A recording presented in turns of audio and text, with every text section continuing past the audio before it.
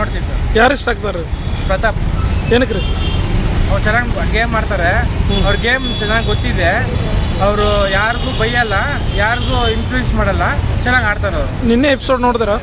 ನಿನ್ನೆ ನೋಡಿಲ್ಲ, ನಾನು ಒಂದು 2-3 ದಿವಸ ನೋಡ್ತಾ ಇಲ್ಲ, ಕೆಲಸ ಐತೆ ನೋಡಿಲ್ಲ. ನೋಡ್ತೀನಿ ಬಿಡಲ್ಲ. ಡ್ರೋನ್ ಪ್ರತಾಪ್ ಅವ್ರು ಫೈನಲ್ ಬರಬೇಕಾಗಿತ್ತು, ಬರಲಿಲ್ಲ, ಸಂಗೀತ ಅವ್ರು ಬಂದರು ಅಂತ. ಹೌದಾ? ಅಲ್ಲ, ಅವ್ರು ಗೆದ್ದಿದ್ರೆ ಚೆನ್ನಾಗಿರೋದು. ಎಸ್, ಸ್ಕೋರ್ ಪ್ರಕಾರ ಅವರೇ ಫೈನಲ್ ಬರಬೇಕಾಗಿತ್ತು. ಓಕೆ. ಬಟ್ ಅಲ್ಲಿದ್ದವರು ಸಂಗೀತ ಅವ್ರು ಬರ್ಬೇಕಂತ ಹೇಳಿ. ಸಂಗೀತನೂ ಓಕೆ. ಓಕೆ.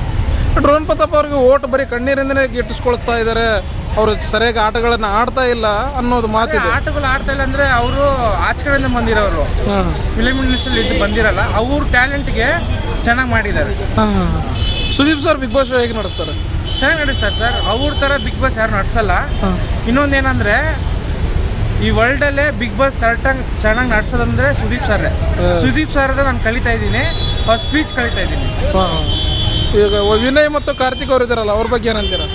ವಿನಯ್ ಕಾರ್ತಿಕ್ ಅಂದರೆ, ವಿನಯ್ ಸ್ವಲ್ಪ ಕೋಪ ಜಾಸ್ತಿ, ಆದರೆ ಮರ್ಯಾದೆ ಕೊಡಲ್ಲ, ಮರ್ಯಾದೆ ನಡೆಯಲ್ಲ. ಕಾರ್ತಿಕ್ ಹಂಗಂದ್ರೆ ದಡ್ಡ ಥರ ಆಡ್ತವ್ರೆ, ಅಷ್ಟೊಂದೇನು ಕ್ಲಾರಿಟಿ ಇಲ್ಲ ಅವ್ರ ಹತ್ರ. S S. ತನಿಷಾ ಮತ್ತು ನಮ್ರತಾ ಹೆಂಗಂದ್ರೆ ಚೆನ್ನಾಗಿ ಆಡ್ತವ್ರೆ, ಸ್ವಲ್ಪ ಓವರ್ ಆ್ಯಕ್ಟಿಂಗ್ ಮಾಡೋದು ಸ್ವಲ್ಪ ಕಮ್ಮಿ ಮಾಡಬೇಕು. S S.